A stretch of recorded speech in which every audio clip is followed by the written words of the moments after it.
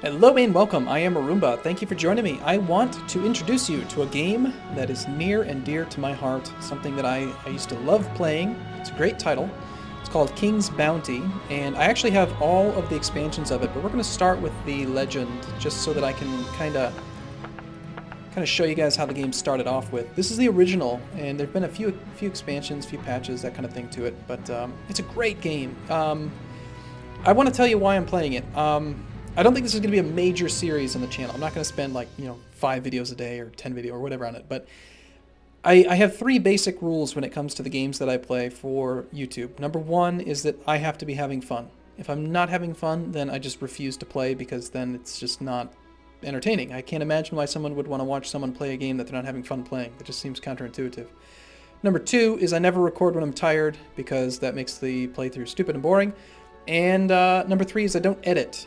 I don't like to cut things out. When bad things happen, I just play through it anyway and try my best to do what we can. So that's one of the reasons why you see a lot of straight shots. I make mistakes. There's whatever, I say words that are wrong and I can't get it right. I don't do jump cuts. I don't do any of that nonsense. So let's talk about King's Bounty. So I like to look through the options. There's an introduction video that we'll watch. Anti-aliasing is fine.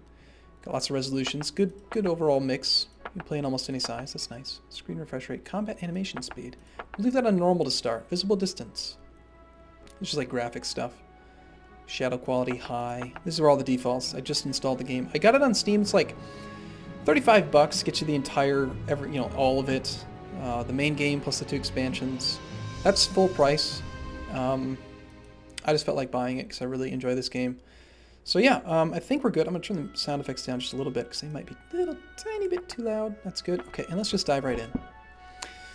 So let's talk about the basic premise. This is a really fun game, and that's all you need to know.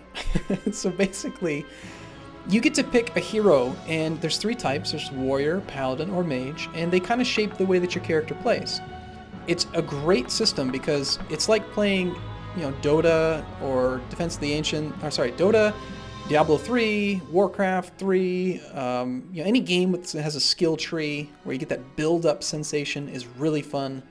And all 3 are very fun to play with. So we're going to start off as a warrior, why not? And we're not going to play on easy, we're not going to play on well, let's just play on normal. Speed of spirits growth. Rage increase in combat. Yeah, we'll just play on normal. I don't feel like playing a challenging playthrough. I just want to introduce you to the game. You get to choose a custom emblem, so that's cool. Yep. And that's good. We're Bill Gilbert, apparently. And we'll go and watch the video. King Mark's ascent to the throne was unusual for the glorious kingdom of Darien. During the solemn ceremony, Prince Karl relinquished the throne to his younger brother. Having passed the crown, Karl retired to a remote location in the provinces, there dedicating himself to science, which held a far greater attraction to him than power. Thus, the younger Prince Mark became king, and soon was called wise for his deeds.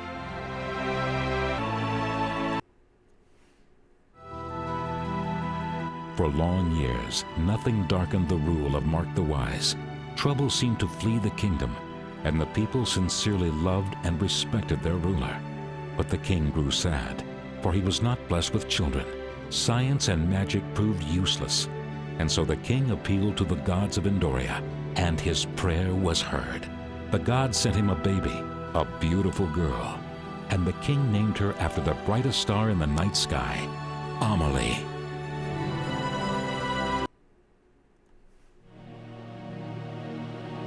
As the years went by, the gods looked on as the fate of Darien turned. First, news from the elven lands ceased, and then there arose armed conflicts between old allies. First the dwarves, and then it was the pirates from the Islands of Freedom who became too bold. Perhaps worse was the restlessness from within. The undead were on the rise. Robbery became commonplace. The mages complained of strange surges of magic, and storms and earthquakes, formerly quite rare, began to sweep the kingdom.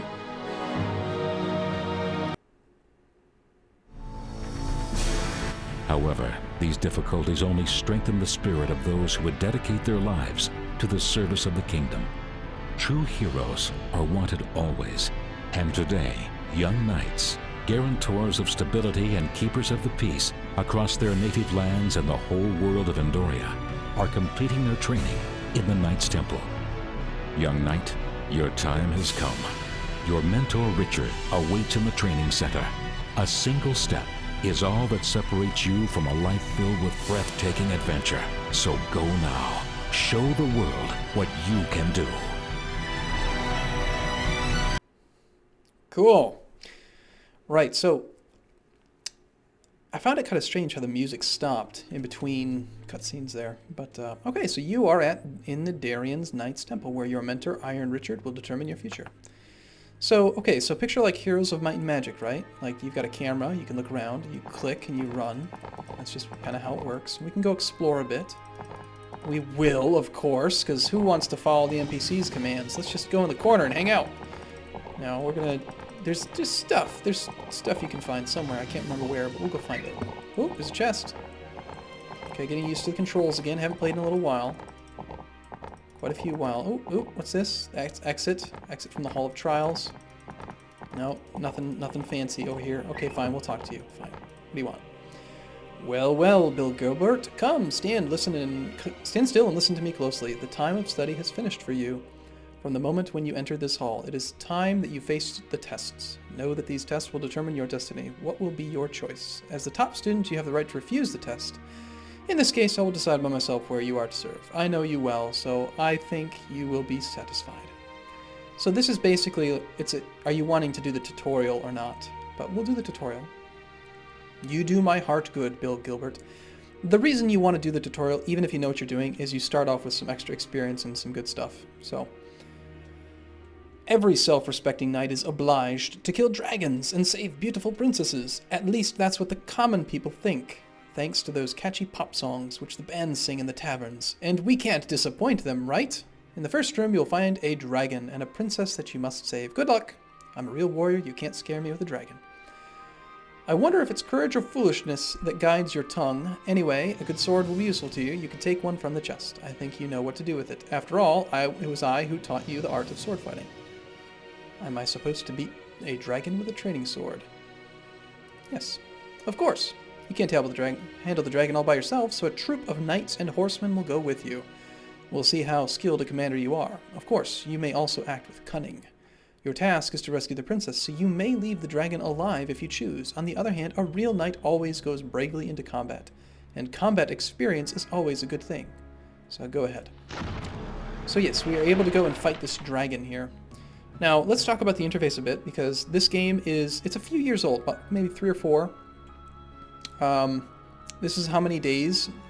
It's daytime right now, apparently. We have 4,000 gold. We have no rage, which is a resource that you can spend. We'll talk about that soon. We have 13 mana, which is mana. It's, mana. It's like every single game ever made that has mages and stuff has mana. So it's mana. It's another resource that you can spend. Rage basically comes from combat. Mana comes from not combat. Okay, so here's our character portrait. You can click on that to see more about your character. We're going to look at that soon, don't worry. We're level 1. We have a leadership score of 2,210. This determines how many people we can have, how big our little army can be. So for instance, right now we have bowmen. They take 50 leadership per bowman. So at most, it says here, this shows how much leadership is required to command one such creature. Having 2210, you can hire up to 44 bowmen. Notice that we just have 4. So since we're in the tutorial, we have a very high leadership score. It's not going to be that large when we actually start. But this leadership value is not spent on individual troop types, meaning that if you have 2,210 leadership, you can have 44 bowmen. You can also have 63 swordsmen. You can also have 31 bears. So do you see what I mean? How you're not choosing to spend the leadership on a dynamic group. You just can have that many of each unit, and you can have up to 5 different types of units. We have their morale, which depends on certain things. The knights here have positive morale. If we click on them, we can see why. They have an ability called Valor. Self-esteem gives the creature +1 morale. Morale increases lots of things. It makes them attack more, increases their defense, and increases the likelihood of crit. And then they have stats and numbers and things, and everyone loves numbers. So yes, we can also look at the map, which is, you know, a map. We have spells. We can cast a Scroll of Haste. This is just a scroll. It's not an actual spell that we know, I believe. We don't really have very many spells. Yeah, it's just level 1 scroll. So we're a warrior. We're not likely to have lots of spells. We have the quest log. Save the princess who was kidnapped by the dragon. And complete night school training. And now let's take a full look on at the hero. So we are the Knight Bill Gilbert. We're level 1. There's that leadership score. We have 2 attack, which describes the effectiveness of the hero's attack. If the attack exceeds the target's defense, the target suffers more damage. At maximum, the damage increases to 300% of the normal. Describes the effectiveness of the hero's defense. If the hero's defense exceeds the aggressor's attack, then the damage suffered will decrease. At maximum, the hero will take only 1/3 damage. So you can't completely negate it. It's not a plus or minus system. Intellect influences magical attacks and the power of spells. Every 7 points increases magic damage inflicted by 10%. Every 15 points increases the duration of spells by 1 turn. These are those same numbers we saw from down here. This is just a pretty decoration, I think. We can wear armor. We can have helmets, weapons, armor, boots, a regalia, a shield or a second weapon, a belt or a second regalia, and an artifact. And here's how you can also access your spellbook by using that. So if you want to click on your character, you can. These down here show, this is your inventory. You can hold spare items if you run across certain creatures. And then here we can see our army as well. These are the skill trees. We've got Might, Mind, and Magic. Now, as a Might, I am a knight, and so therefore I do the best in the Might tree. A paladin would do the best in the Mind tree, and a mage would do the best in the Magic tree. But that doesn't mean you can't get other trees. Like, I could play my warrior as a mage. I could just decide to go down this path. But in order to upgrade your spells, you require runes. So Might runes are necessary to upgrade your Might skills. Warriors receive more Might runes. Mind runes are necessary to upgrade your Mind. Paladins receive more Mind. So you can see how it kind of shapes which path you go down. These trees are the same regardless of which character class you choose. You're basically just deciding which rune do you want to get the most of to kind of influence. Do you want to be more of a magic guy, kind of more of a mind guy, or might guy? So that's that. So let's go ahead and pick up the sword. Found a training sword, so we'll go to our inventory. We will equip it. This will increase our attack by +1. Now we have 3. That's good. And let's go fight this dude.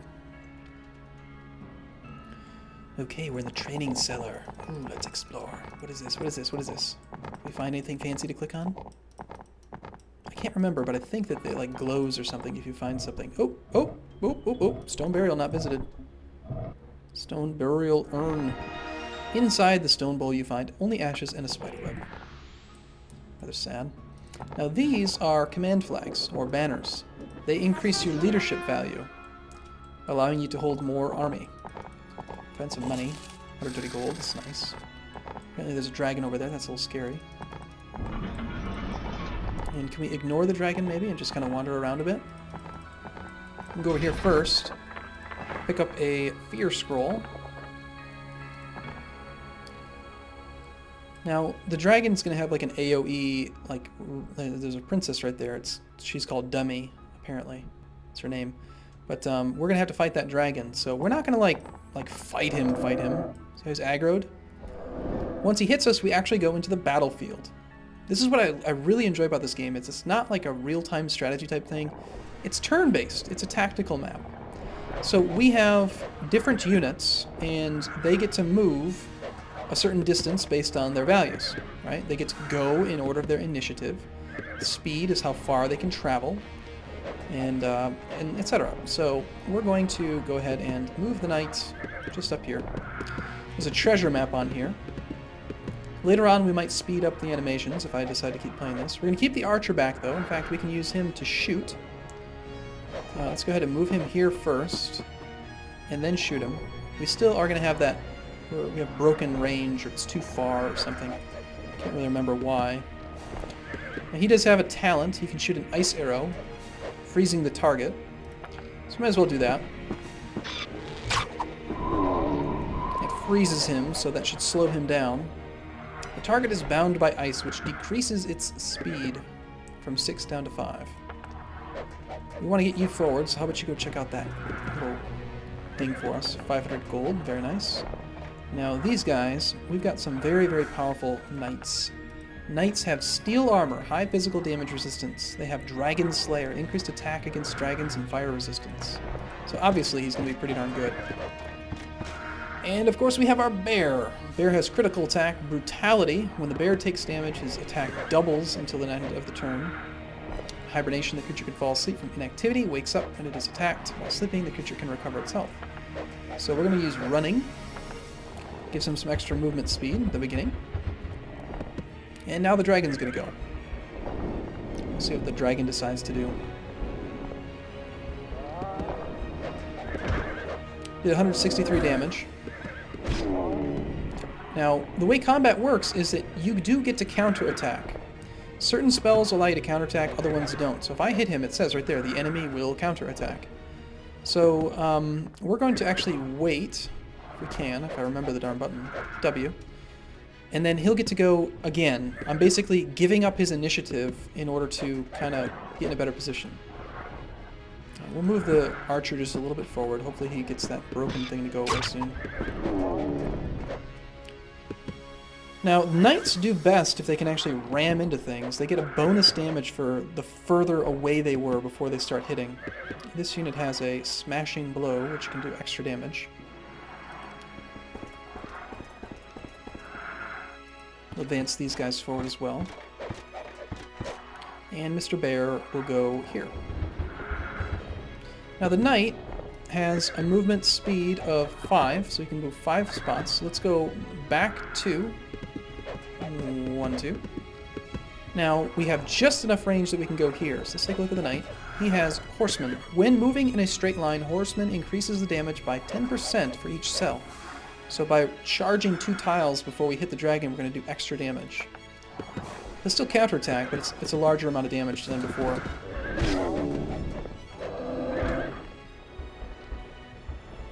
One horseman just died. Oh, and he just completely decimated the bears. Not decimated, annihilated the bears. The bears. So that's unfortunate. Now we're moving in a straight line, so we really can't hit him for much. Let's go ahead and get behind him and wait. Move you 1 tile forward. Hopefully we can get a little bit more damage in. There we go, 5 to 7 now. It's no longer distant. Oh, and we got a critical strike, so we got a little combat effect there.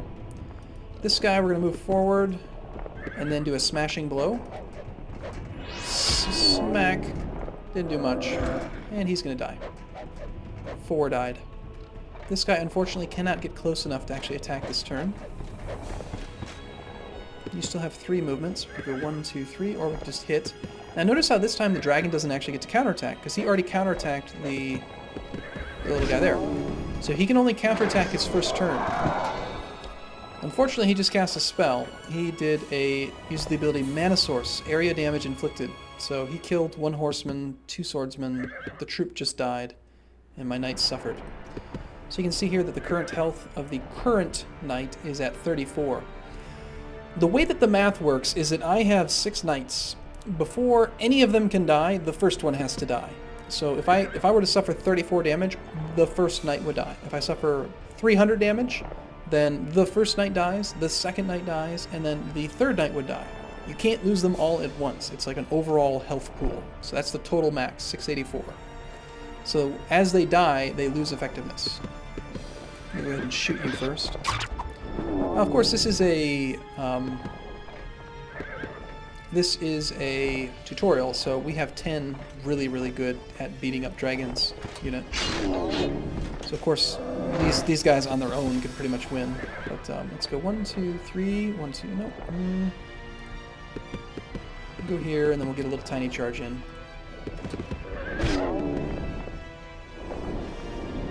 Turn 5. He's going to do his little pull. You can, I think it's right-click. Yeah, right-click allows you to see their talents, but you can't really see them perfectly. You can also move the map around by right-clicking. So unfortunately, he moved far enough away that my guy can't get to him. We can see his current health. He's at 242. Oh, and we can't actually hit him, so let's just get far away so we can do a nice charge next turn.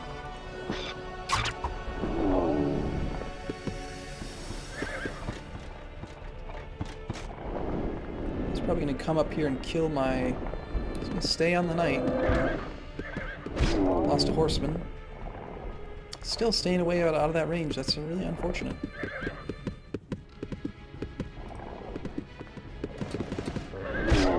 Nice crit. This guy's critting like every time.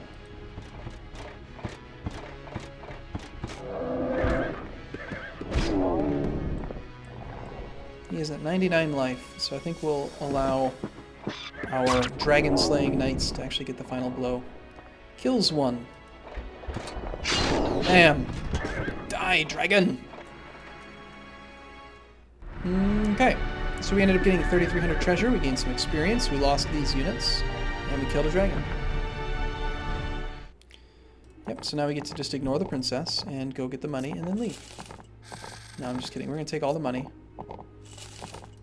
All the little clickable things. And then we'll click on the dummy. You take the dummy the dummy dressed in rags. Alright, so we got that thing, and now we can go back and finish this quest. And then I think I'm going to take a break after this and just kind of see how you guys feel about this video. If you like this, I'll keep playing it, but I just think this is a good game, something you should play. Have you saved the princess yet, or am I going to be waiting here all afternoon? Here she is, I mean her remains. Anyway, here they are. Or I saw the inscriptions on the dummy. One of them belongs to Richard Irontooth. Does this name mean anything to you? Let's see what he says. How perceptive of you. Alright, I'll tell you, but it's but keep it a secret. This dummy has been used for tests for quite a while. I used to get chased around by the dragon too. Only back then we put the dummy on wheels. Yeah, interesting. That's it. Yeah, we don't have any more questions. Okay, what's next? The next test, the nest test, will be more difficult. In the second room, a malicious necromancer with a whole army of skeletons and zombie awaits. You are to kill the villain and take the Book of Death from him. Is that clear? Ah, yes, take these scrolls. I think they will come in handy in your combat with the Dark Wizard. The necromancer will use magic for sure, so keep your eyes open. Okay. So now we're allowed to continue forward. Let's pick up these scrolls. So we got a slow spell and a flaming arrow. Okay, so I'm going to take a break here. I'm going to save the game. And we'll just call it that, and that's good. So, yeah, if you like this this video and you want to see some more, just let me know. Give me some feedback in the comments down below. I'd appreciate it. And as always, like the video if you like the video. That will help out too, in indicating whether I should keep playing it. And if you don't like the video, then why are you still watching it? I don't understand you. You don't make sense to me. I will see you in the next one. Thanks for watching, everyone. See you soon.